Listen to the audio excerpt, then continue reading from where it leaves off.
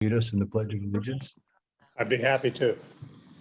So all please stand and join me in the pledge. I pledge allegiance to the flag of the United States of America and to the republic for which it stands, one nation, under God, indivisible, with liberty and justice for all. So we jumped the gun a little bit. This is the May 5th meeting of the Sacramento Area Council of Governments Transportation Committee, and I'm Don Saylor, and we're calling the meeting to order.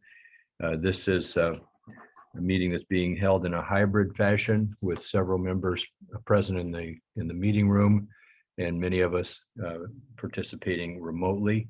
So we'll operate as if it is a kind of a Zoom meeting with folks who are interested in participating in comments, doing the raise hand, or the I guess it's a star 9 if they're on a phone call. So we'll have participation in just a second. And before we get into public communications, let's hear from Lynette calling roll of the members present. Thank you, Chair Saylor. And just before I call roll, just wanted to add a few more points to what our chair was mentioning. For members of the public viewing this meeting online, we accept and encourage public comment and have provided options for doing so that are listed at the top of this meeting agenda. And for our committee members attending in person today, thank you for being here. Just a reminder that we have cameras in the room. You are visible to parties viewing this meeting online, and you may be sharing microphones. So you don't need to pick up or move the microphone, but you do need to turn it on to speak. And you can speak at a normal volume, and the microphones will transmit what you're saying through Zoom. Also, we ask that if you are on Zoom through your device, that you make sure you mute your device. And then for our committee members who are participating online, we also appreciate you being here with us today, and we would ask that you mute your devices when you're not speaking. And Chair Saylor did go over the procedure for comments. If you could please use the raise hand feature. Thank you. Director Branscombe. Here. Gog. Yes. Ledesma. Guerrero absent. Jennings. I'm here. Joyner. Here. Lozano. Here. Sander. Absent. Chenier. Here. Folkley. Absent. Soon. Here. Vice Chair Bradford. Here. Vice Chair Desmond. Here. Chair Saylor. Here. And ex officio member Benny Paul is absent. Thank you. I see Lynette, as we move to public comment, I see Director David Sander has his hand up. He may just be in the attendee, probably wants to come into the meeting. Director Sander, I presume you were letting me know that you're here, so I'll let the record show that you are present. Thank you. I was at the land use meeting for a while, but I don't think it starts until Friday. I clicked on the wrong Zoom link. We all know how that happens. Always good to be early. That's right. We're glad to have you. Thank you. If you're on time, you're late. So thank you, David, for being so punctual. So we'll move to public comment and public communications on matters that are not on the agenda. We will have opportunity for individuals to comment on topics that are on our agenda as they come up. Are there any members of the public attending who would like to address us on topics not on the agenda? I see no public communications. Okay, very good. So we'll move to our consent calendar. Is there anything to change about the consent calendar? I don't see any staff changes. Any director have anything you'd like to remove from consent? Is there a motion? Move to approve the consent. Bradford will second. All right, so we had a motion from Director Gog and a second from Director Soon. Is there any discussion? Would you call the roll, Lynette? Yes, thank you. Director Branscombe.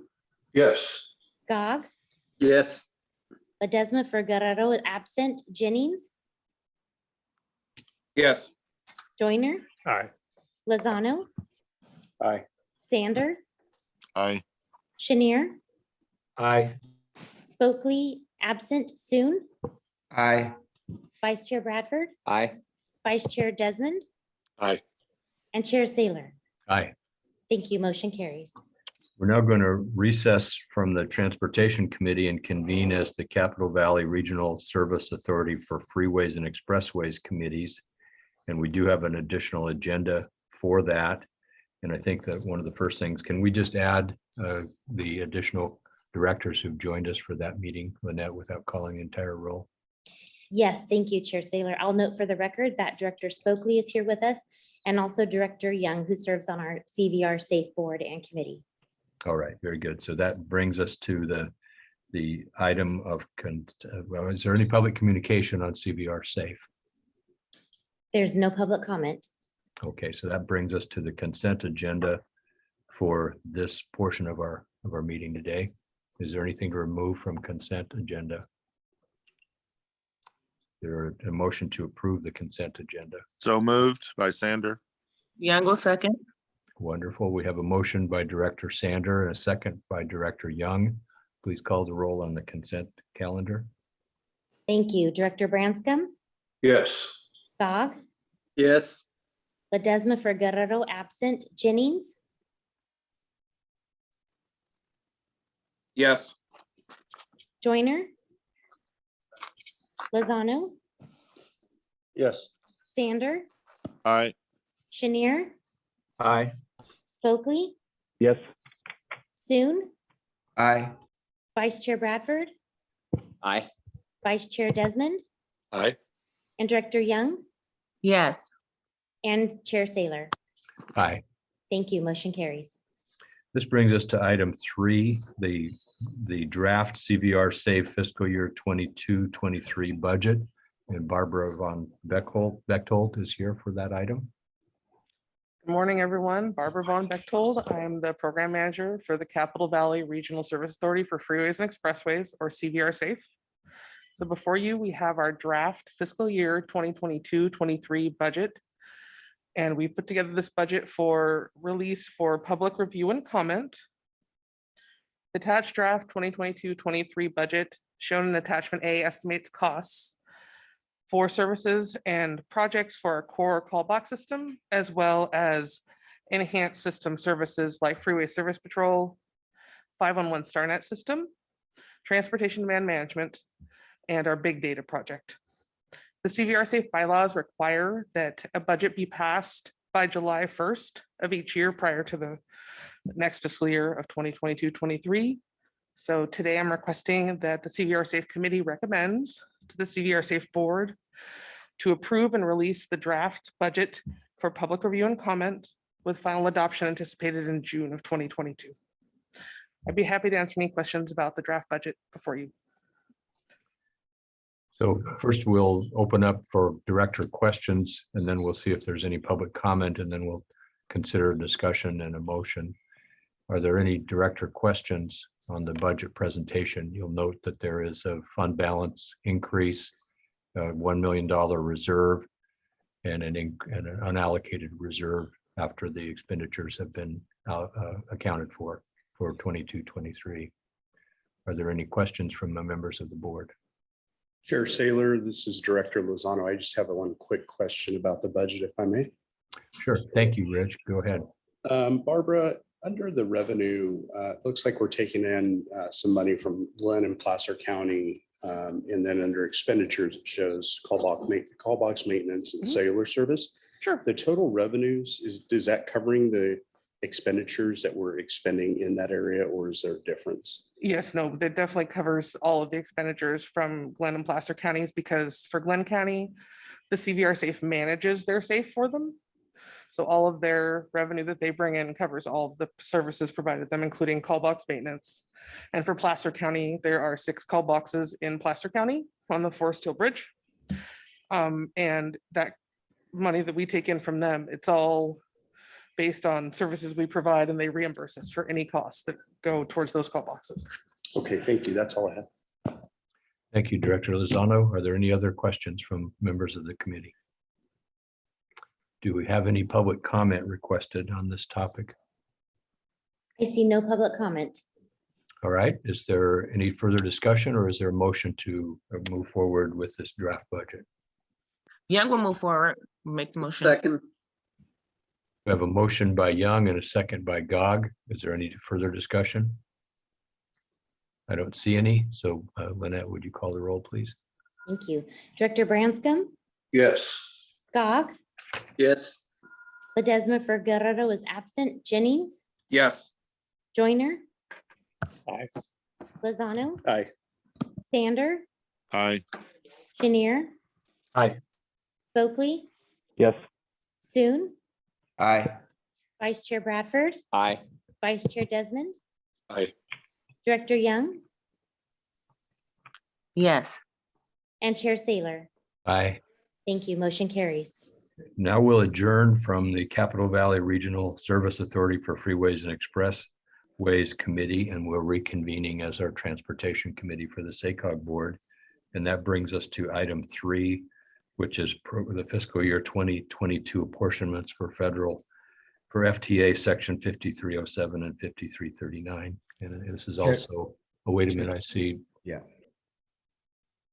I see a hand from Director Young. Yes, because I'm a part of the Safe Board, I'm going to sign off, but it's Happy New Year to you all. Since I literally have not been in a meeting. We have not had a meeting since last year. So anyway, it's just good seeing you all. And I just wanted to say goodbye. Oh, this is a new holiday, the CVR Safe New Year. So that's. Okay. All Thank right, you. thanks. Should be federally recognized. Thank you, Director Young. See you soon. See you later. Thanks. Bye. All right. Do we have any questions on, well, first of all, we start with Barbara's presentation. Right, hello everyone again. Barbara Von Bechtold. I'm a transportation planner here at SACOG, in addition to my duties with the CVR Safe. So the Federal Transit Administration recently released a complete federal fiscal year 2022 apportionments for section 5307 and 5339 funds. 5307 funds are urbanized funds that can be used for transit capital and operations. And 5339 funds are for bus and bus facilities purchases only, so they're capital only funds. This allows staff now to move forward and program the earn share portion of these funds. And these funds are available to transit operators in the Sacramento urbanized area. So we have attachment A with your item. Gives an award breakdown for the operators in the urbanized area, as well as the calculations methodology for the earn share funding. On April 27th, we presented these funding breakdowns to our transit coordinating committee and received support from the committee with proceeding with the staff item coming to the transportation committee and on to the board of directors. So we're requesting that the transportation committee recommend to the board to program the FTA section 5307 and 5339 earn share apportionments for transit operators in the Sacramento urbanized area. And then once we do that, we have to go on and provide split letters to the Federal Transit Administration for these funds so that our operators can then apply for them. Be happy to answer any questions you might have. Barbara, I'd like to just start with one question. Are there changes in the allocation method from prior years? We have not changed the allocation method. The allocation amounts have changed pretty significantly for our earn share. The operators are receiving about 25.5% more funding than they received previously as part of the IIJA federal transportation legislation that was passed. Okay. Thank you. Colleagues, any other questions for Barbara before we open for public comment? I don't see any directors' hands raised. Do we have any public comment, Lynette? There's no public comment. All right, so any? Chenier moves the item. Soon second. Great, so we have a motion from Director Chenier and a second from Director Soon. Is there any further discussion? Okay, Lynette, please call roll. Director Branscombe, Yes. Gog, Yes. Ledesma for Guerrero is absent. Jennings, Yes. Joyner, Aye. Lozano, Aye. Sander, Aye. Chenier, Aye. Stokely, Yes. Soon, Aye. Vice Chair Bradford, Aye. Vice Chair Desmond, Aye. and Chair Saylor. Aye. Motion carries. Thank you. That brings us to item 4, the 2022 Caltrans statewide safety performance management targets, and this Mr. Shelton. Good morning, Sam. Morning, Director Saylor. Once a year, we bring a transportation safety target recommendation to this committee for review and recommendation to the SACOG board. And I'll cover those targets and statistics first. Then we'll pivot to discuss SACOG's role in safety planning and investments, as well as review trends in safety data. After that, we'll take a moment to look forward and consider how we can bring additional safety analysis and policy recommendations into the 2024 blueprint update. Aha. Nope. Wrong. Nope.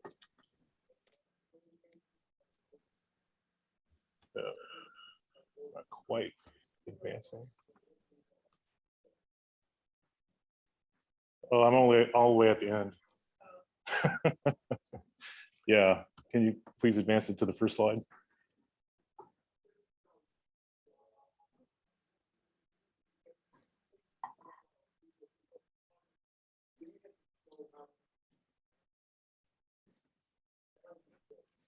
Thank you.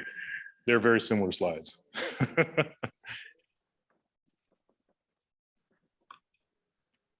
There we go. Thank you. So the most recent federal transportation bills require that state departments of transportation set and report progress towards 3 sets of performance measurement targets. One is for safety, another is for asset management, such as the conditions of our pavement and bridges, and the third is about freight and congestion and travel time reliability.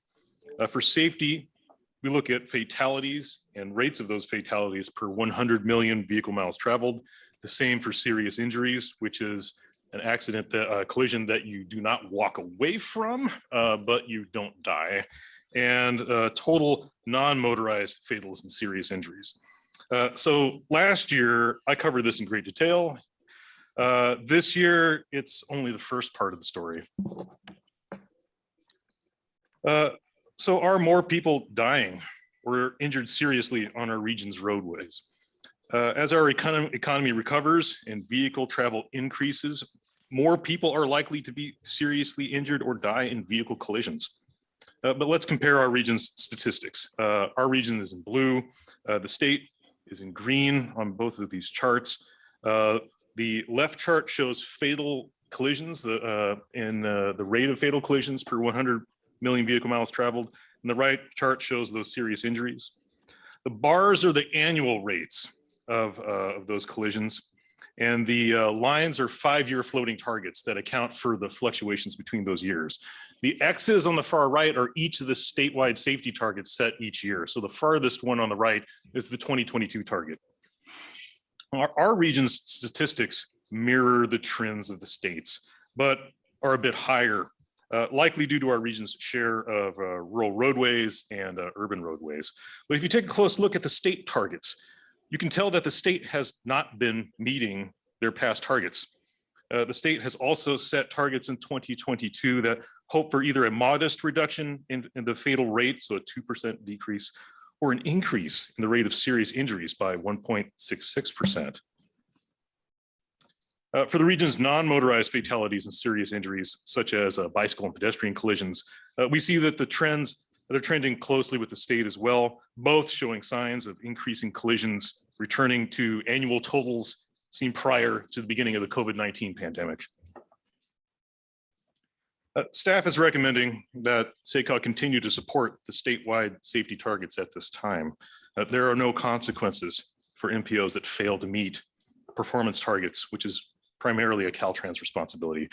Some MPOs are considering more ambitious targets, more ambitious targets since the statewide targets have slowly become less ambitious than the state's own strategic highway safety plan that calls for trends towards 0 fatalities and serious injuries by 2050. Without additional engagement with our member agencies on regional safety needs and efforts, staff does not recommend setting specific regional targets at this time. But should SACOG's role in safety planning and investments change? What about 2023 targets? What about safety policies and priorities in the 2024 blueprint? Let's take a step back at what SACOG does now. SACOG takes a largely passive approach to safety planning If an agency applies for a safety project from our funding round, we will evaluate it using federal performance metrics that I just discussed, right, the fatals and serious injuries. We also participate in road safety audits and local road safety plan updates when we're invited.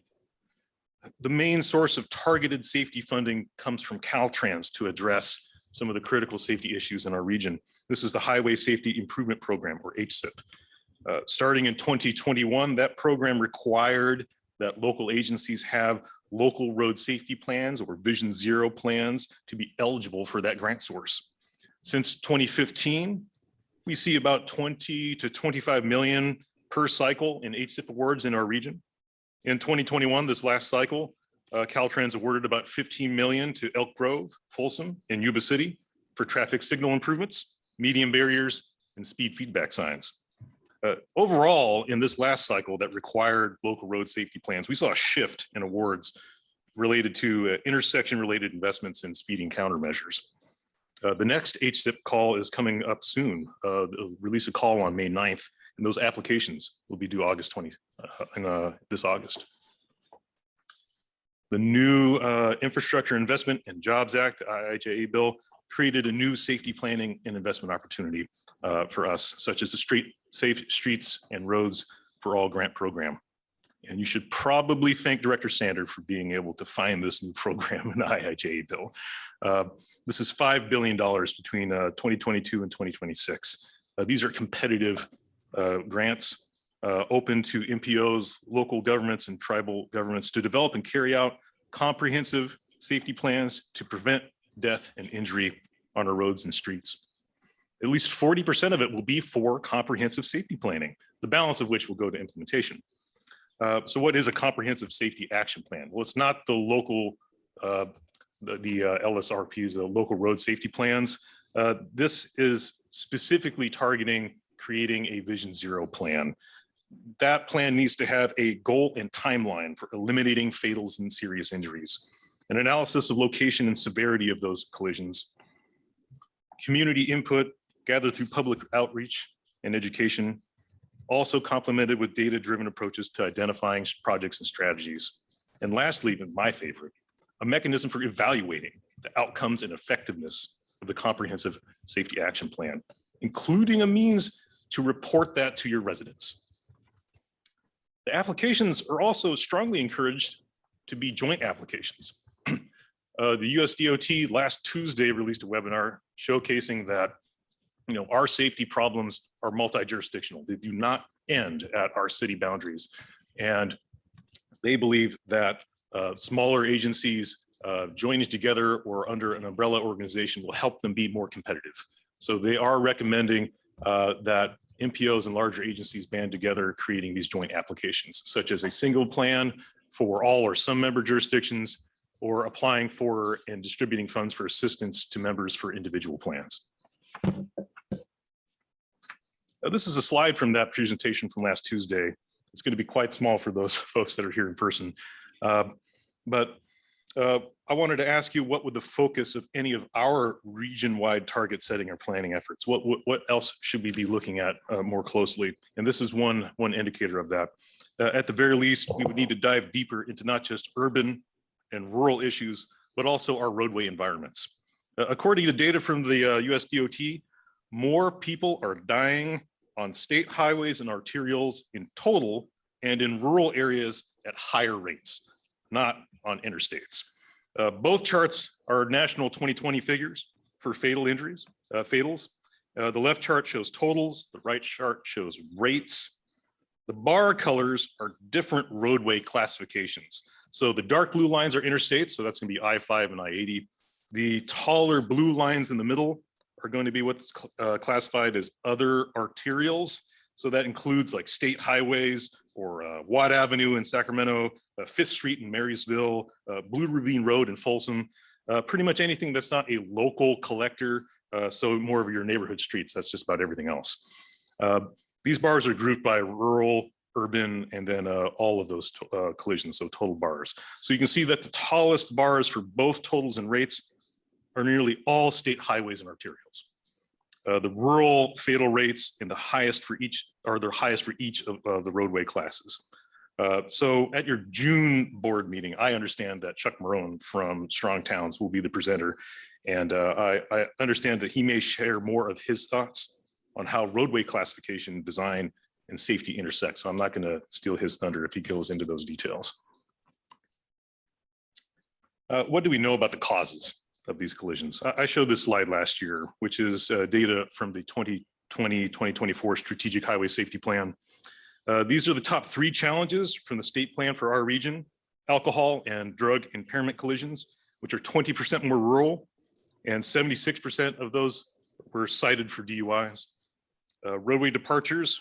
So when you look at a collision report from an officer, they'll say hit object, right? They've left the roadway and hit something. They happen at a higher percentage for our region than in the state.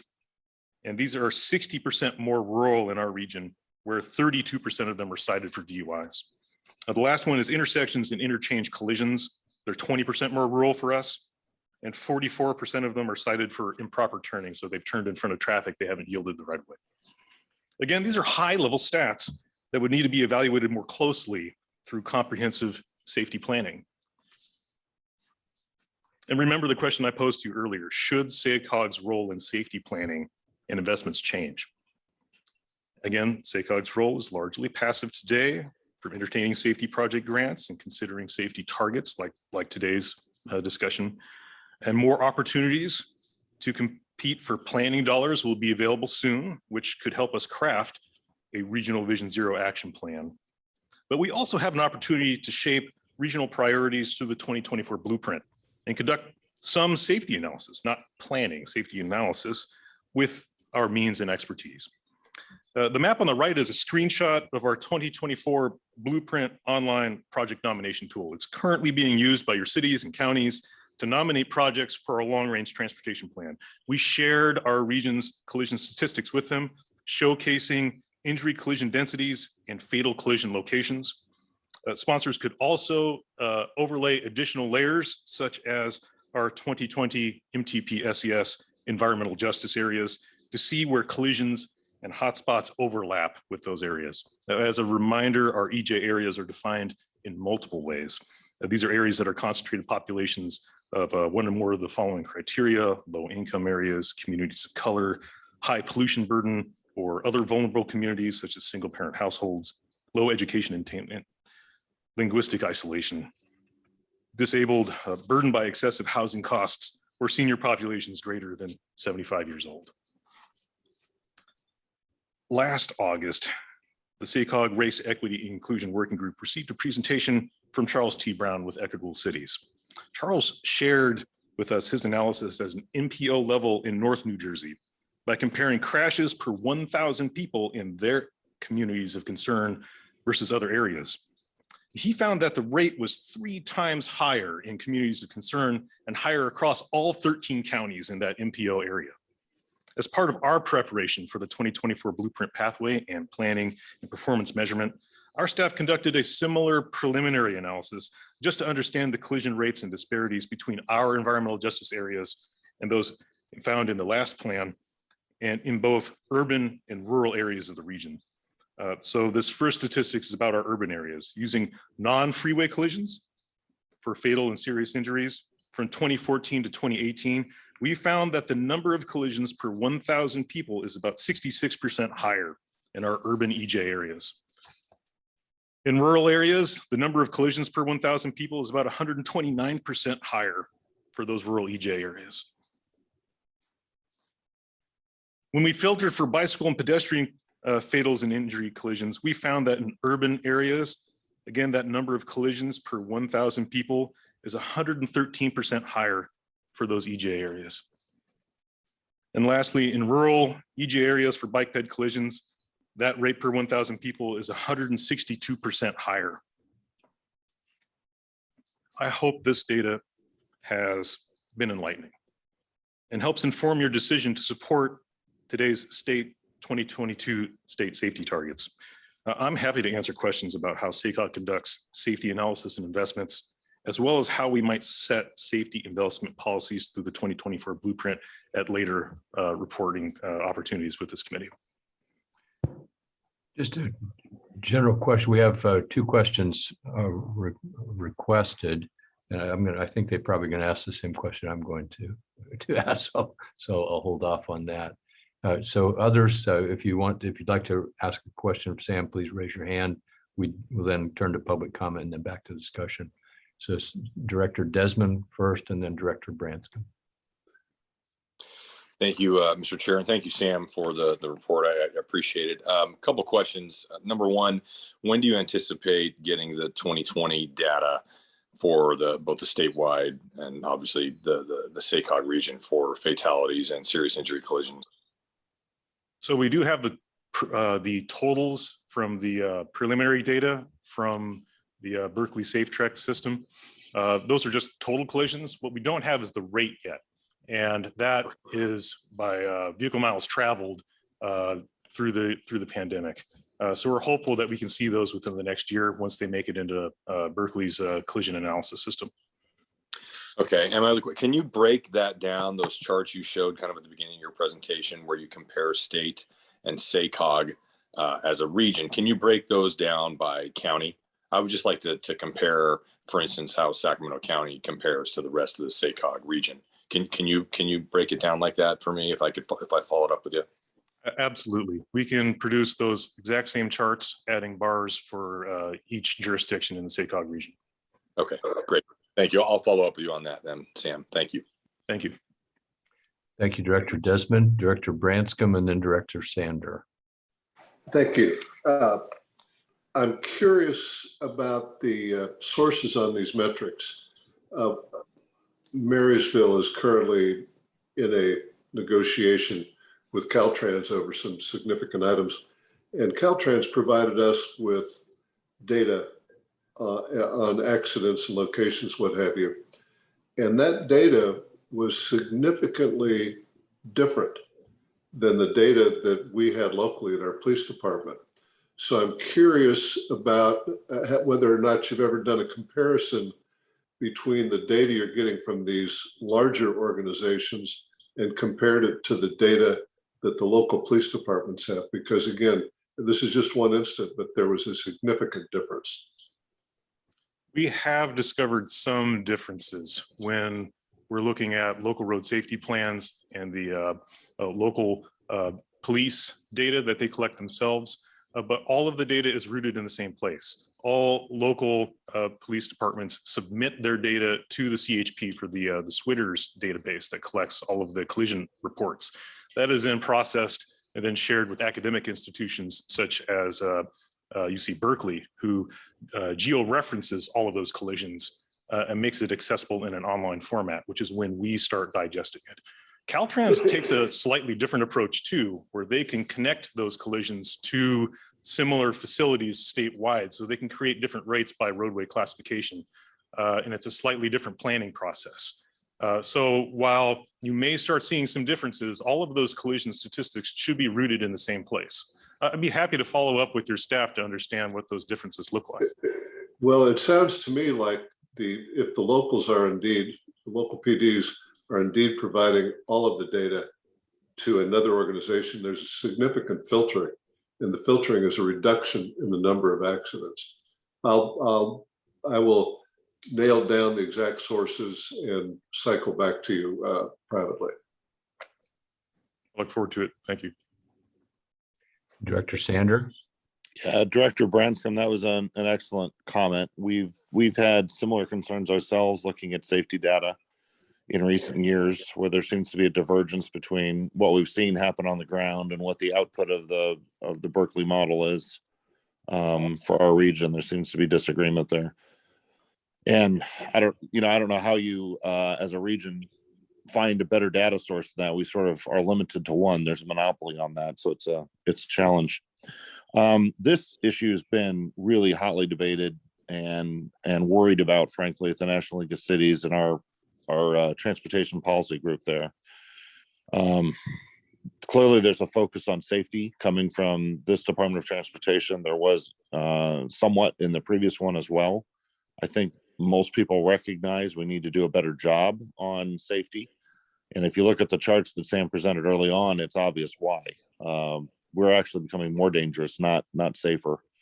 over time, which is an unusual thing. I think the turnaround point there was 2010, 2012, something like that, sort of when we were at safest mode, and now again we are not. The overlay of the environmental justice areas is also interesting. You know, in Rancho Cordova, we have had a big uptick in fatalities in transportation related venues. And these kind of stick with you. I suspect this is true for my colleagues as well, at least from a jurisdiction the size of mine. You know, we had an automotive versus pedestrian fatality for the pedestrian. I think, unfortunately, it was a homeless individual who was intoxicated in that case. We had a single vehicle fatality on Sunrise. I think it was excessive speed. I'm not sure the other cause. And then we had 3 fatalities on Grant Line Road, which is just a poorly improved, heavily trafficked section of roadway, semi-rural roadway in our region. And those 3 were pretty much, you know, people commuting to work, head-on collisions, things like that. Those data points are interesting, you know, hurtful to me, but interesting, because nationally, when we talk about these standards, these safety standards, and Sam outlined this a little bit, some states are assuming there's just going to be more fatalities, and so that's what our plan is going to show, more fatalities. I think there is a lot of fear among our colleagues in states and other jurisdictions about what the solution is, because many people probably think this is an engineering problem and the cost will be exorbitant trying to figure out how to re-engineer everything to be safer. But in reality, the problem is squishier than that. There's also a social component to it. You know, in the case of my jurisdiction, does intoxication play a role in some of these? And that's not really an engineering problem, because you can't engineer yourself away from an inebriated driver. That, I mean, you can to a marginal sense, but I mean, there's there's a limit. So this is both a social and an engineering problem, which makes it stickier. And I can say there's generally momentum, I would say, in the Department of Transportation to find out a way to reward or punish jurisdictions in the future over results on the safety metric, these new safety metrics. So I think this is a space where SACOG needs to be active and aware. And, you know, certainly all of us have concerns about safety of our roadways, but I think we need to keep an eye on the future and what's likely to come with regard to federal mandates and opportunities to improve safety. So it's I'm not offering any, you know, magic bullet here. It's just, this is a complicated situation that we're in. Good. Thank you for those insights, David. Darren, do you have a question or comment? Yeah, thank you, Chair Saylor. I wanted to take a moment to add on to what Director Sander was talking about.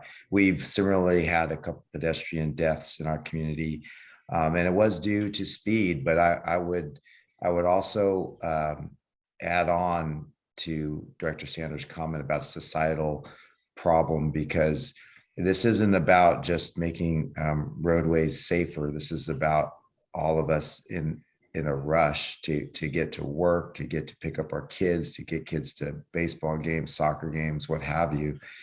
And that is definitely more of a complex issue. And as you know, frankly, I think, you know, there's infrastructure solutions we could try to put in place, whether, you know, traffic calming devices, chokers, making their roads narrower. But unless we get at the societal issue about all of us in a rush to get somewhere, I feel like these will only result in people just trying to travel through those areas as fast as they can, thereby still creating unsafe situations. So I just want to emphasize Director Sanders' point. If we're going to delve into this subject matter, it's got to be comprehensive, and it will be broader than an infrastructure discussion. It will get into where are we going as a society in terms of geographically, but also, you know, our constant need to be at everywhere, at which all my colleagues on this board understand that challenge as well. So thank you. Very good. Thank you, Darren. Director Branscombe, you have a Thank you. Thank you, Chair. I've noticed the uptick in in recent years, recent times. And I have heard anecdotally about the police not enforcing at the level they had before COVID. And there was concern about contact and transmission and what have you. And therefore, I understood that this is pretty much across the board. There were not as many stops being made, not as many tickets being issued, enforcement's down. And when the enforcement's down, people speed, and I'm just picking up on the prior comments, but there may be a correlation there. And I wonder if anybody's looked into that. Sam, do you have a comment on that? I'm afraid I don't have any data on enforcement trends. So I can contribute that safety planning and their usual solutions are a combination of treatments, not just engineering. As a prior countywide Safe Routes to School program manager, I can tell you that it's usually a combination of encouragement, enforcement, education, engineering, as well as evaluation. So that cyclical comprehensive planning process will be important to dive deeper into each of the issues that you have brought up. Looks like Director Desmond has sparked a memory for him. And Chair Saylor, not to interrupt Director Desmond, but also want to let you know that Vice Chair Bradford had his hand up. Oh, very good. I didn't see that. So Well, thanks, I'll Gary. yield to him. He beat me to it. Yeah. We're in the real world here where we can't raise our hand virtually. Aha, okay, very good. Well, thank you. Gary, do you have a comment? Yeah, I just wanted to really echo what some of the other directors have already said about the societal challenges with this as well. You know, in the community I live in, I think from an engineering standpoint, a lot of the intersections and other things, I believe were designed very safely. But the challenge is I'm seeing an increasing amount of really just disregard for whether it be speed or in particular, stop signs don't apply to me. And I think we see that a ton in my community, and the community is really starting to get upset about that, as they should, because it's a huge safety issue. But again, design is important, but as already shared, we have to really take into account the societal, you know, what's going on and how do we encourage folks to follow the law for the safety of themselves and those around them. And I don't know if it's less enforcement due to staffing or other reasons, but there's definitely an uptick in I believe, people driving safely and just ignoring general, you know, rules on the road. So anyway. Good. Thank you, Director Bradford. Director Desmond. I appreciate the discussion. You know, in my prior life in the CHP for 24 years and lived and breathed all these issues. And you're right. It's always been a focus on the 3 E's, engineering, enforcement, and education. And I think we have seen over the years, and certainly you see those stats way before, you know, Director Branscombe, you're referring to COVID. I mean, we saw an increase in the mileage death rate in the state of California, certainly in the years even preceding COVID. And that was on the tail of California really driving that MDR down to being one of the lowest in the country. And I think a number of reasons, certainly some of it is infrastructure related, but there's been a lot of changes in our in how we administer traffic laws in the state of California. There certainly has been major staffing issues. I mean, COVID made everything much worse. I mean, for the highway patrol, they're down almost 1,000 bodies statewide. So proactive enforcement is almost non-existent. And that's been driving some discussions which are have always been opposed by the highway patrol, but now I'm certainly in a different role, but driving discussions about automated enforcement. And I think you're seeing more efforts over at the legislature to do that, whether it's more automated red light enforcement, but more automated speed enforcement, which is definitely something that would be new to California. But it's a variety of factors. But I agree with you that the human aspect of this, social aspect of it, obviously has to be included in the discussion, because it is not just a matter of infrastructure and engineering. Just very, very interesting discussions. Thank you, everyone. So Sam, I think we'll open for public comment in just a second, but I think your recommendation. Through the chair, if I may, Director Joyner. Oh, thank you, Paul. I just want to build on what I'm hearing here. Enforcement is what really stood out for me as missing in the conversation. Many of you have brought it forward.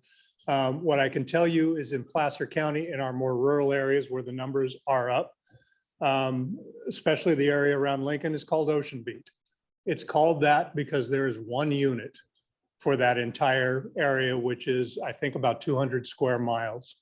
One single unit to enforce on our rural roadways. And I've seen a significant drop off on enforcement, even in our urban areas in Placer County as well. So I think that cannot be overlooked.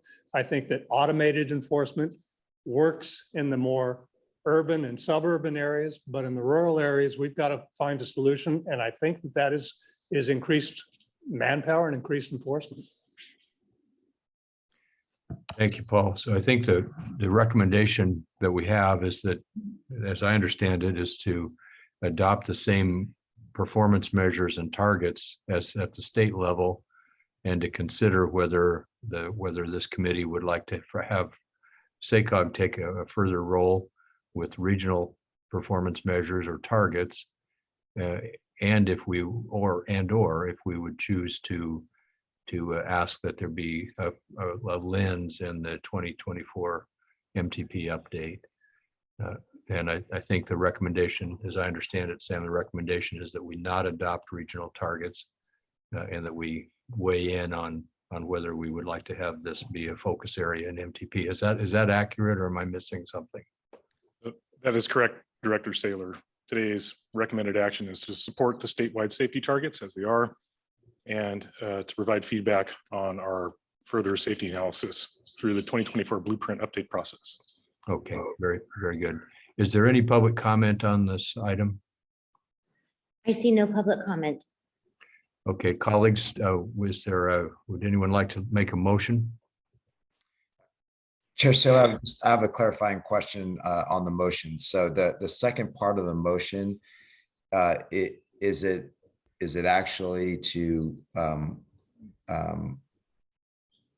develop a focus group on this subject matter? Or I heard you mention the MTP, so I just wanted to make sure I understood what the request was. Go ahead, Sam. Thank you. The action is only about targets. The rest is feedback and discussion from the committee to SACOG staff. So there is no other action on the blueprint pieces. It is only feedback that is separate from the action. Well, I think the committee's discussion has indicated quite a bit of interest in deeper dive on understanding what we can do, and the 3 E's that have been brought out, I think, gives us a bit of a template on interest. I think we have indicated significant interest in some deeper analysis of the data by jurisdiction, so we can have an understanding of where things are happening. So does that give you sufficient insight on the degree of interest that this committee has? Yes, and I'm happy to make those follow-up discussions as well with Director Branscombe and Director Desmond. Okay, and James, do you have any further insight that you'd like to share with us? No, I appreciate the discussion. I think it was excellent. Okay. Okay, is there a motion is there a motion? I'll move approval. Okay. Soon, second. Thank you very much. And I echoed James's comment. I thought this was a very, very interesting, thorough discussion. We have some great insights here in the committee. So we have a motion from Director Desmond, a second by Director Soon. And I would just say, Sam, as you begin your work with the individual members, please keep us all informed on how that unfolds. Okay. Can you call the roll? Thank you. Director Branscombe, Yes. Gog, Yes. Ledesma for Guerrero, absent. Jennings, Yes. Joyner, Yes. Lozano. Aye. Sander, Aye. Chenier, Aye. Spokley, Yes. Soon, Aye. Vice Chair Bradford, Aye. Vice Chair Desmond, Aye. and Chair Saylor. Aye. Motion carries. We have next 3 informational items, and Mr. Corliss, I'd like to ask if we could do item 7 first of those three items. Director Soon has indicated he may not be able to be here for the entirety of these briefings. So can we start with item 7, the cap to cap tour debrief? Perhaps, let's see, James, are you there? I think that's fine. Okay, you want to lead off? Oh, James, would you like to lead off? Sure, thanks, Chair Saylor. Yeah, I mean, would love to hear from those of you that were there last Friday, the Northern Virginia suburbs. I think, as you said earlier, Chair Saylor, what was sort of remarkable is that 5 years ago right now, we actually did a similar tour for SACOG board members. And to see the change that had actually happened and occurred over time through a lot of those suburbs was kind of incredible. I'd said in my written update, I think one of the things I really took away from the tour was that I think, I know it's easy to say and hard to actually do, but it's about kind of being intentional around the kind of revitalization, community scale, built environment, mixed use. So having a plan, being intentional, sticking to it, and not settling. We heard the Potomac Yards discussion. We kind of started off. That's an old rail yard in Alexandria, Virginia, just to the just over the river and to the southwest of the District of Columbia. It was an old rail yard. So they went through several plans, right? They went through lots of stops and starts. But what's happening there now, and that was certainly one of, I think, the places that we saw the biggest changes from where we were 5 years ago to what's happening now, and it's pretty remarkable. I would say too, the other we saw a lot of good transportation. Got to see a little bit of bus rapid transit in action. Some of our tour participants noticed the tripping of the lights, the dedicated lanes, the buses turning in front of traffic. Really, in some ways, smaller things that are giving those buses priority, which, as you know, is a big part of our next generation transit initiative, and we would love to see really advance and see a lot more of here. And then I think the other thing, when I noticed this too, just as a former resident of the District of Columbia, when we had our events in parts of DC that I frankly didn't recognize from 5 years ago.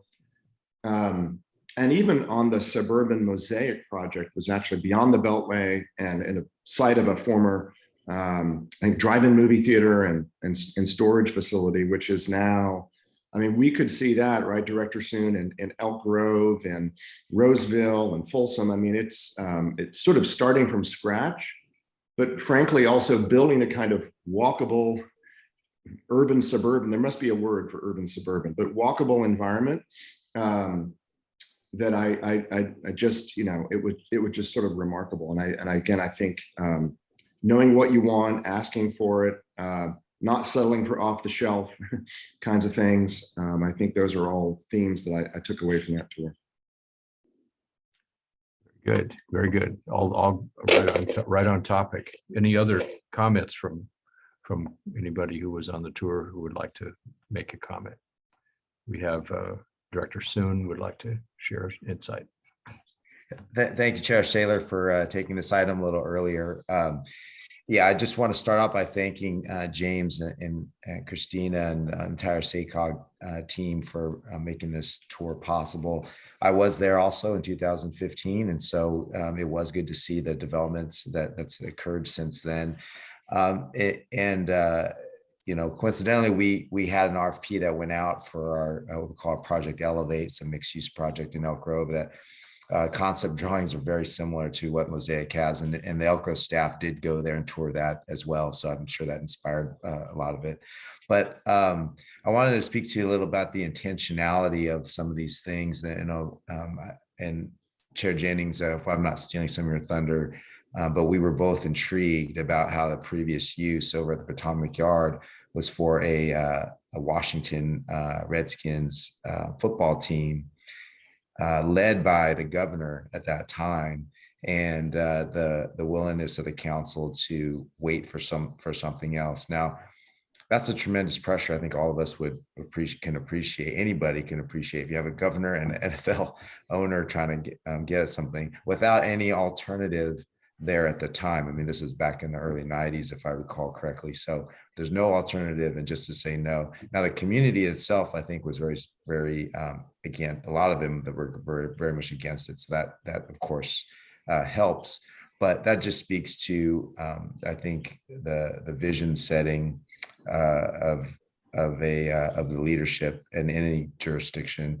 And you just don't know what's going to happen. I mean, this is 20 years ago, and so I think over 20 years ago. And so to know where you want to go, I think is a difficult thing. But I think that's something that we took away from that. And I just will add, though, despite all of that, I think what's important is it's still market driven. It's still, what private industry also wants to do, that they've got to share in that vision. And it is a collaborative effort. And so that I feel like that, whether you're on the East Coast or the West Coast, that still holds true. So anyway, again, very formative tour. Glad to see the progress, and thank you to SACOG for making this possible. Thank you, Darren. Good. Chair Very- Saylor, this is Lynette. Here in the room, I believe Vice Chair Bradford has something to share. But before that, Director Jennings has his hand up, and so Gary, we'll take Rick first and then come to you. Rick, you're on mute. Thank you, Chair. I just want to kind of build on the comments that have already been made. There was a tremendous amount of pressure with a owner from the Washington Redskins and a governor on how they wanted to utilize that land use. And of course, with my background in football, I maybe would have wanted to have my favorite football team, the Washington Redskins, because I grew up in DC area, to have a stadium right there as well. So I probably would have been on the wrong side of the equation, voting for the stadium to go in, but the community did stand strong, and they knew exactly, or had an idea of what they wanted. And the thing that impressed me the most, number one, our staff in setting this up and making it happen, the SACOG staff, and I just want to give them their kudos as others have done as well, in thanking them for setting up a wonderful tour for us to be able to see. But I got a chance to talk to many of the residents who were living in that, who now live in that area, and who have lived in other areas, but preferred to move to the area that they eventually purchased a home in. And it was amazing the reasons that they felt for moving in that area, and why they stood by the fact that this was the right decision for a community that wanted to see their family thrive without having to get into a car, being able to use public transportation, being able to shop and go to the parks and have schools and have housing all within a very small radius around them. And to see the families out there enjoying their space and their time together, show that they're taking advantage of the quality of life that they have, the time that they have, and maximizing the use of space. And I was appreciative of the fact that they took their time in doing it. It was probably 20 years, over a 20-year period of time, that some of those projects developed. But they took their time, and they continue to add more value to what it is that they have right now. So there's some great lessons there, lessons that we can bring back to this region. And I was very happy to be a part of that tour. So just wanted to add on to what's already been said. Good, thank you. And Vice Chair Bradford, you have a comment? Yeah, first, I also just wanted to echo the thanks to SACOG staff for putting this on. I found it very valuable, very inspiring.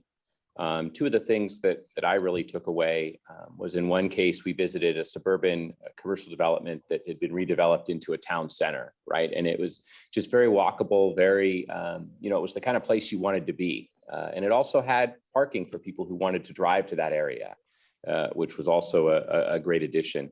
And then I also enjoyed the Columbia Pike area. And what I enjoyed most about looking at that is we were able to see redevelopment in progress there. So a lot of these places we've gone, we might hear, hey, this used to be a rail yard, or it used to be a suburban shopping center or a mall, and this is what it looks like today. But we don't really see the before and after. So Columbia Pike, it reminded me maybe of a street like Watt or Sunrise, or just a very suburban commercial corridor where little by little, they're redeveloping kind of the commercial areas along that main street into mixed use developments. And so you have, you know, other kind of traditional strip malls and gas stations right next to these mixed use developments. And it kind of gives you an idea of, you know, that transition in that kind of environment is certainly possible. And then what I also appreciated about that is back behind these mixed use developments, you had the single family housing that's been there forever. And so it really was a blend of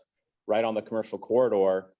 We've got these beautiful, wonderful mixed use developments that people can walk to and enjoy, including from the neighborhoods, but then also had parking for people who maybe were a little bit too far to drive to those. And so very impressive. And hopefully we'll see, you know, we can start to see more of that in our region. Hopefully the market will value it. I think our residents certainly would. So just kind of figuring out how to make that happen. So thank you. Good, thank you. And one more, Director Desmond.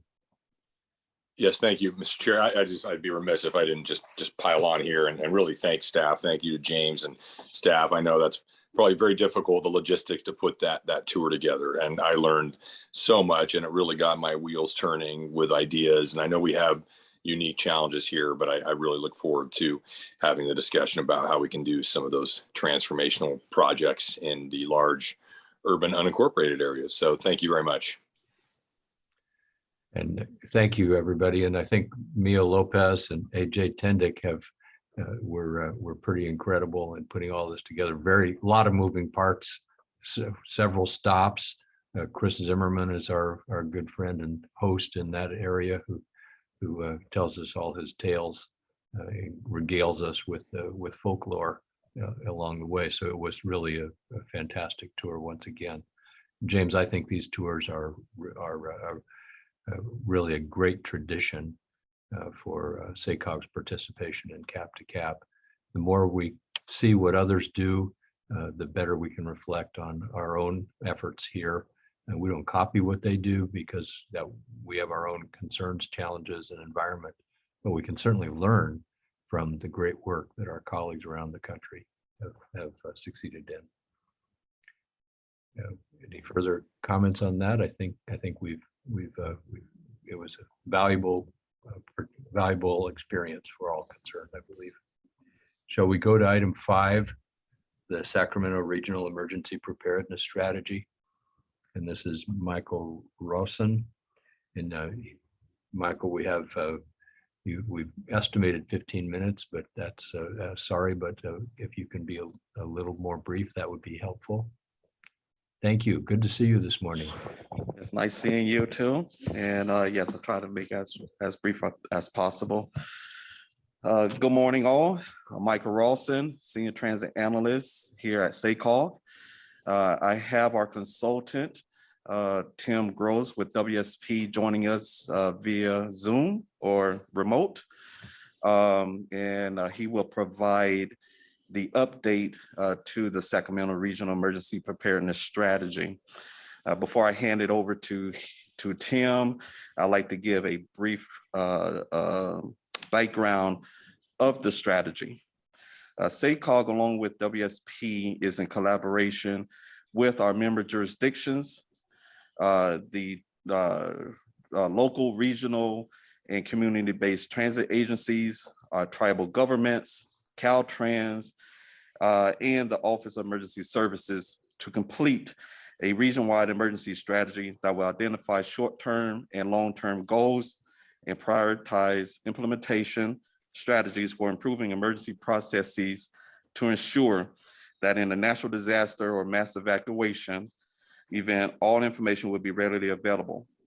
The emergency preparedness strategy will review current emergency plans, transit agencies' capital assets and transit hubs, counterflow on local streets and freeways, as well as emergency technology systems, the impact of zero emission technology, funding, and perform outreach with the local and state emergency offices, transit agencies, jurisdictions, tribal governments, and the public. In collaboration with WSP, the strategy will include technical summaries including a definition statement for how the region should look forward in an adaptable manner that complements the related initiatives from local and state emergency offices, regional transit and rail agencies, the emergency response agencies, and regional stakeholders. The technical summaries are not meant to supersede or replace the current plans the transit agencies, as well as our OES departments, have worked so tirelessly to develop. The technical summaries will be a tool to provide the structure and bring it together our emergency response agencies, partners, and transit agencies with a cohesive plan with training, resources, response, and recovery processes. A detailed scope of work of the Sacramento Regional Emergency Preparedness Strategy is attached to the staff item for review. And at this time, I will hand it over to WSP Project Manager, Tim Gross. Thank you, Mike. I'll share my screen here to show some slides just to give an update on the project status.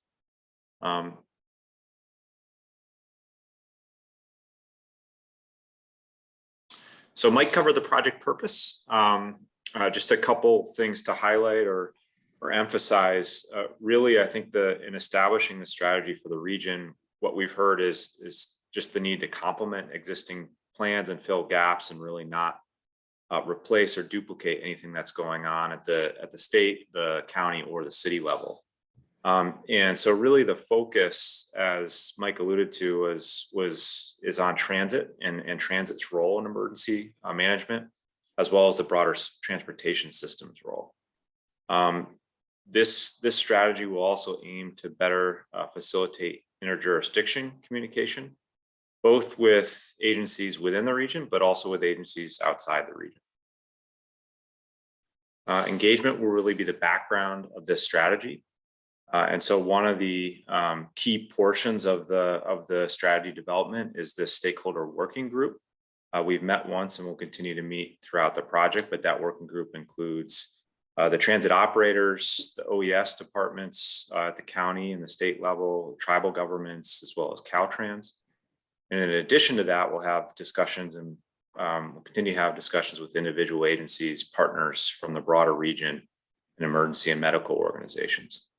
We also want to hear the general public's input on emergency management, particularly on evacuation and transit's role in evacuation and on communications.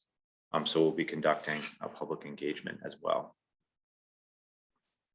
Just to recap what we heard at this first working group meeting, there's a lot of interesting input and feedback, and certainly a range of different strategies that are being implemented by different transit operators in the different counties throughout the region. Just some general needs we heard at that meeting was that there's no right now, no region-wide guidance for transit operators during emergencies. And it would be helpful to have really a targeted set of guidelines and information for those operators. And on the flip side, what we heard from some of the emergency managers is that it would be helpful to have just a quick reference on what the entire region's transit resources are during emergency events. We heard that there's a need to ensure that transit operators have support from specialized transit during emergencies to assist with evacuations. And we heard for a number of folks about challenges as fleets transition to battery electric buses and both range and the reliability of the grid during those situations. So that technology piece is definitely a focus area as well. And then we just heard the need to hold regular conversations on this topic with this group of stakeholders a few times per year. It's good to have people together, when it's not right in the response mode, to help prepare for emergencies in the future. So we asked about a potential role for SACOG. This chart here on the bottom right of your screen is an audience poll of whether it would be beneficial for SACOG to be part of regional MOUs. And those would be agreements to share resources between agencies during emergency situations. And some said yes, a few said no. A lot of respondents weren't sure and sort of thought that it depended on what that looks like. But I think what we did hear from stakeholders is SACOG can bring the stakeholders together, hold those regular discussions. It's a great forum for that. Again, that SACOG should not necessarily try to, we should not try to duplicate any existing efforts, but would have the resources to help with long-term planning, emergency planning, long-term response and recovery. We talked with a neighboring MPO, MTC, to just about their emergency practices. And MTC is interesting because they're also an MPO that spans multiple counties, like SACOG. And there are more transit agencies there, obviously 27. It's a 9-county region, but a lot of those transit agencies span county boundaries, which makes it helpful for the MPO to play a coordination role when it comes to emergency management. So MTC hosts monthly committee meetings on this topic. They lead an annual training exercise. They have a mutual aid agreement with 15 of those transit agencies, as well as some other transportation organizations. And they serve as a direct liaison to Cal OES, which a lot of MPOs in the state do not do. And their philosophy is really, again, not to bypass what's going on the county level, but that having a hybrid approach for coordination is really helpful in that region. So this is just a list of key stakeholders we've engaged thus far, including a lot of transit operators, a lot of the OESs, both at the county and state level, and tribal governments, as well as some of the state agencies like Caltrans as well. Looking ahead, this is what some of the key components of the final strategy will likely look like. So a review of existing plans and conditions in the region, covering how to protect transportation assets, covering emergency service, transportation services, including evacuation and transit's role in that, broader transportation network related strategies like evacuation routes and contraflow, coordination and control, emergency communications with the public, and then implementing the strategy. So things like training and exercises. And this is a wrap up with a project timeline. We're underway now with the engagement. And the next set of deliverables will be this set of tech memos that will inform the final strategy. That final strategy will draft in December 2022 for stakeholder review, and that will wrap up with the final version of that strategy in 2023. And that's all for me. Happy to take questions. Thank you. Thank you very much, Mr. Gross, and Michael, thank you. Are there questions from the directors on the call? I have a brief question. There's a reference in the cover memo to the document that we have in our agenda packet to Sacramento Regional Transit Agencies, plural. And then is a Yolo County Transportation District included within that cluster, or is that group a part of what you've been doing? Yes, all of the 6 region counties are included in our strategy. So it will, matter of fact, we have had conversations with Yolo County OES department. We will be including Yuba Sutter OES. So all of the counties within Sacramento region are included within our strategy outlook. So my question is about the Yolo County Transportation District, because it is included in the list on the slide that Tim presented, but it's not specified as one of the collaborative agencies in the staff memo. Yeah, I think they did participate in the working group, and they have provided information. So okay, yeah, they're involved. They're involved. Thank you. Yes. Yeah, sorry about that. It probably was a typo. Well, we'll make sure. Yeah, we'll make sure we include it the next time. Okay. Yeah. Thank you. Are there any other questions from folks?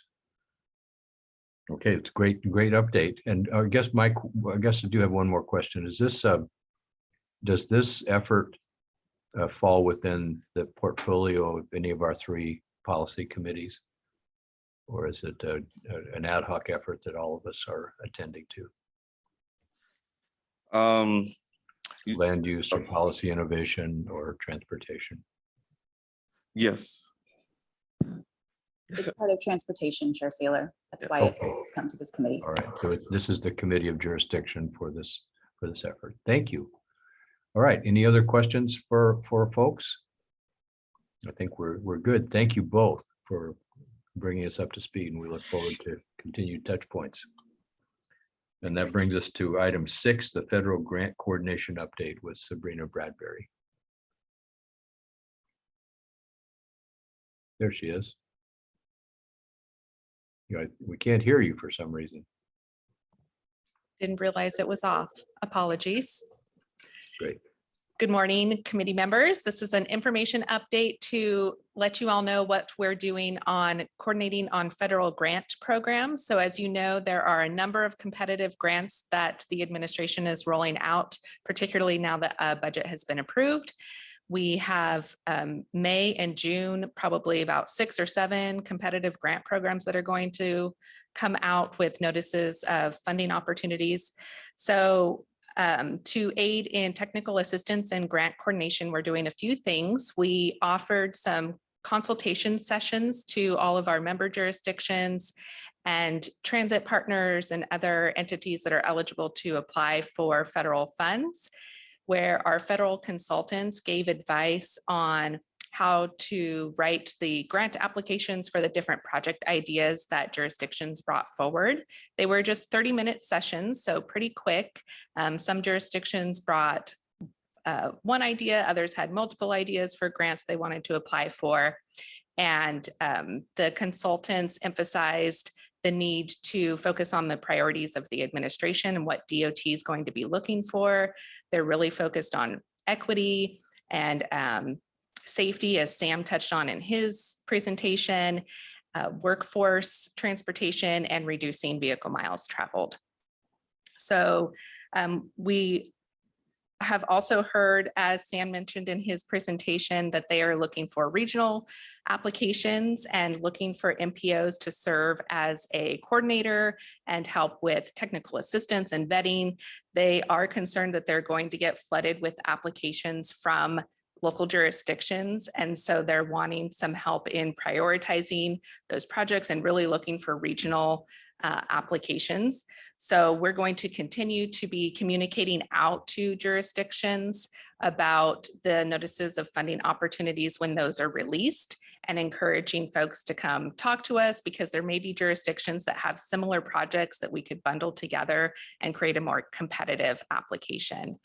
And the jurisdictions that participated seemed to really appreciate the expressed appreciation for the consultation session, and a few have already followed up for additional information. So we're looking forward to that additional coordination. And then the last thing I wanted to mention, that we will be developing a more formalized process for jurisdictions and partner agencies to request letters of support for their projects and to provide technical assistance, so that we know what they're thinking with enough notice that we can provide technical assistance and have the staff resources available, develop those letters of support, and help coordinate when there are projects that are similar in nature, where it might be better to have a joint or regional application. And with that, I'm happy to answer any questions you might have. Well, I'm really, really delighted to hear about this effort and the work that you're doing to knit together our region. Do you plan additional full meetings of this sort, or is it now more individualized jurisdiction by jurisdiction? At this time, we've just been doing the one-on-one consultations to kind of get a sense of what folks are thinking about, and then do some matchmaking where we might have some larger meetings to talk about joint applications or regional efforts. And we do have more sessions available for May 10th and May 13th. We sent out a reminder. We'll send one more tomorrow to try and fill up those sessions. Very good. Mr. Through the chair, if I may, Director Joyner. Okay, very good. Paul, there you're still here. I am still here. Quick question, Sabrina. So is there, I'm going to assume there are various grant programs. Are the matches still in place? Are they still substantial? Placer County has multiple projects ready to go, but it's the 50% match that's holding us back. Is there an opportunity here to? I will have to follow up with you on like the specifics of each one. I think they might be different match levels, but that is part of the reason that we brought the rolling match program last month for approval, is to help with that, Right. so that we could line that up for you. If you can come up with $500 million, we'll have all of our matches in place. No problem. Great. We'll take up a collection for that. I'll take you up on that, actually. James, did you have a comment on this? Well, yeah, thanks, Chair Saylor. And, you know, we heard this theme when we were back in DC, which, right, is there's never been so many federal grant programs for transportation. And it never used to be the case that local governments and MPOs could apply. So if you take the 15 to 20 new grant programs by the tens of thousands of units of local government and regional agencies, the feds are going to be busy for the next 5 years.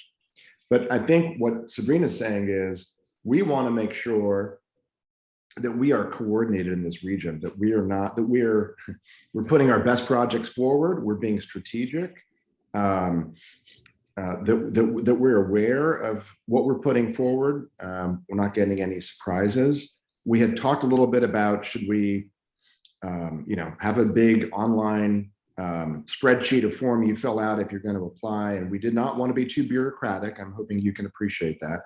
And so we thought one way to actually both understand what's out there and what people are thinking in terms of their grant applications, but also a way to get our applications to be more competitive is to do these office hours. I don't think they will alone be sort of address the problem or the challenge. But it's a good first step. And I'm hopeful that the sessions themselves can help us get even better applications going forward. One of the comments, some of the themes that I heard, and probably others did too, in our cap-to-cap conversations with Department of Transportation officials and others, is that as hard as this is for all of us to sort out and to attach our needs to specific programs and funding categories, it's as equally or maybe even more challenging for the folks who are reading these applications, who might be receiving many more applications for many more dollars than they have to allocate. They have money. They want to get it out there. We have needs, and we want to get it to us. One of the comments I heard from one of the folks who manage one of these programs is that we don't need a novella on this project. If we're asking you a question, answer the question. Be very specific on what the attachment of the topic is to the criteria and the specific question in the program, so that they can quickly identify that, understand how it's going to stack up in the criteria that they're applying. That was seems pretty common sense, but if we're trying to get too dramatic in our conversations, then we might miss the boat. But I really appreciate this SACOG-led effort to coordinate. Multiple jurisdictional applications are welcomed and probably going to be very well received in addressing these several goal areas of climate disadvantaged communities. This is all and multi-jurisdictional. It's going to be very important. So thank you for that update. I think we can, unless there's a comment or question, I think we can move on. Okay, that brings us to other matters, and I understand, Christina, you have something to share. Yeah, just really quickly, I wanted to just remind the committee here that we have a speaker at the board meeting coming up. It's Hassan Akrada, the executive director of the MPO in San Diego, SANDAG. And he is going to be coming to talk with us about a number of issues, but mostly just lessons learned from what they've been doing and how they're rethinking their transportation strategy across all different modes. So I think it'll be really insightful and really enlightening for some of the things that we're thinking about as we go into our blueprint process, as well as some of the other projects that we have coming down. So I'm really looking forward to that. So hope you all be able to attend. And James, if you have anything to add to that, please feel free. No, I think you got it. Speaking of tours, Chair Saylor, obviously we were down in San Diego with a lot of you in well, I believe that was January 2020. That feels like a decade ago now, but I do think it's going to be a really interesting presentation based on what I think the San Diego region, as Christina says, has gone through, and I believe the Metro Chamber is also planning a study mission upcoming to visit San Diego. Great.